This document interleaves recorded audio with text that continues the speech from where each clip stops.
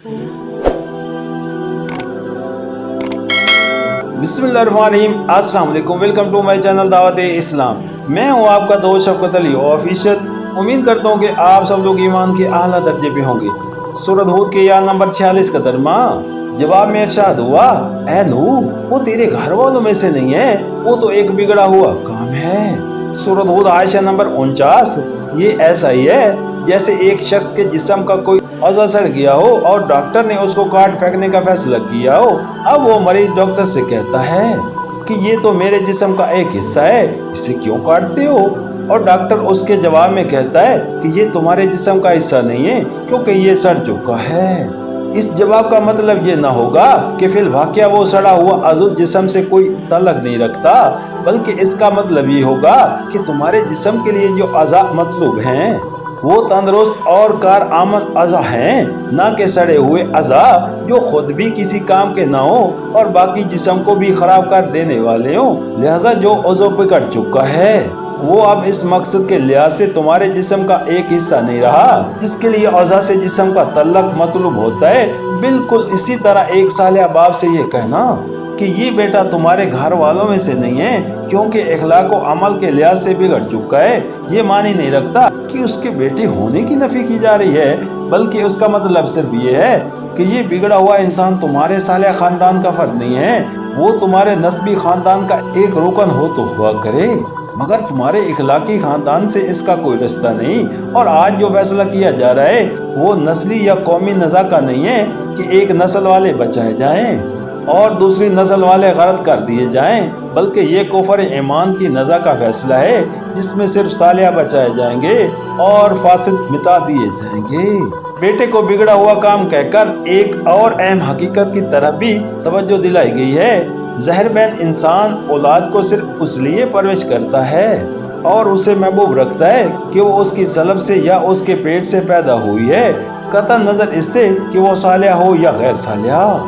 लेकिन मोमिन की निगाह तो हकीकत पर होनी चाहिए। उसे तो औलाद को उस नज़र से देखना चाहिए कि ये चंद इंसान हैं जिनको अल्लाह ताला ने फितरी तरीके से मेरे सपोर्ट किया है, ताकि इनको पाल पोस कर और तरबियत देकर इस मकसद के लिए तैयार करो जिसके लिए अल्लाह ताला ने दुनिया में इंसान को पैदा किया है।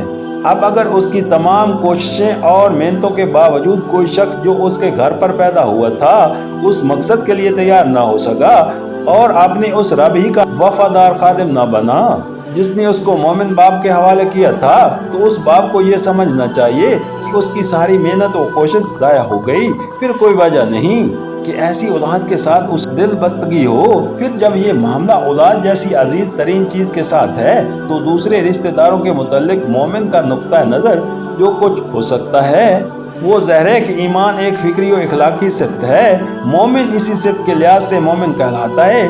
दूसरे इंसानों के साथ मोमिन होने की हैसियत से उसका कोई रिश्तेदार बज़िद इखलाकी और ईमानी रिश्तेदार के नहीं, गोश्त पोश्त के रिश्तेदार अगर इस सिफ्त में उसके साथ शरीक हैं तो यकीनन वो उसके रिश्तेदार हैं। लेकिन अगर वो इस सिफ्त से खाली हैं तो मोमिन माज गोश्त पोश्त की हद तक उनसे तल्लुक़ रखेगा, उसका कल्बी और रूही तल्लुक़ उनसे नहीं हो सकता। और अगर ईमान और कुफर की नज़र में वो मोमिन के मद्दे मुकाबिल आए तो उसके लिए वो और अजनबी काफिर यकसा होंगे। सूरत हूद आयशा नंबर 50।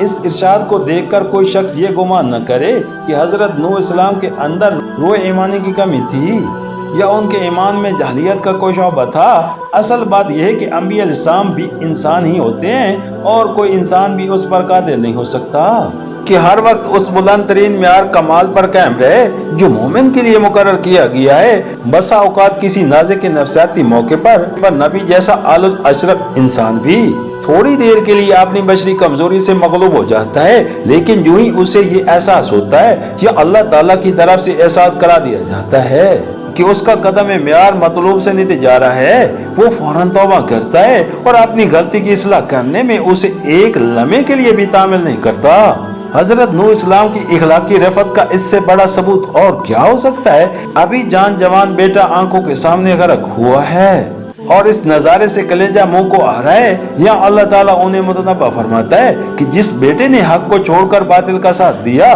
उसको मात इसलिए आप ना समझना کہ وہ تمہارے سلب سے پیدا ہوا ہے، محض ایک جاہلیت کا جذبہ ہے۔ وہ فوراً اپنے دل کے زخم سے بے پرواہ ہو کر اس طرز فکر کی طرف پلٹ آتے ہیں جو اسلام کا مقتضی ہے۔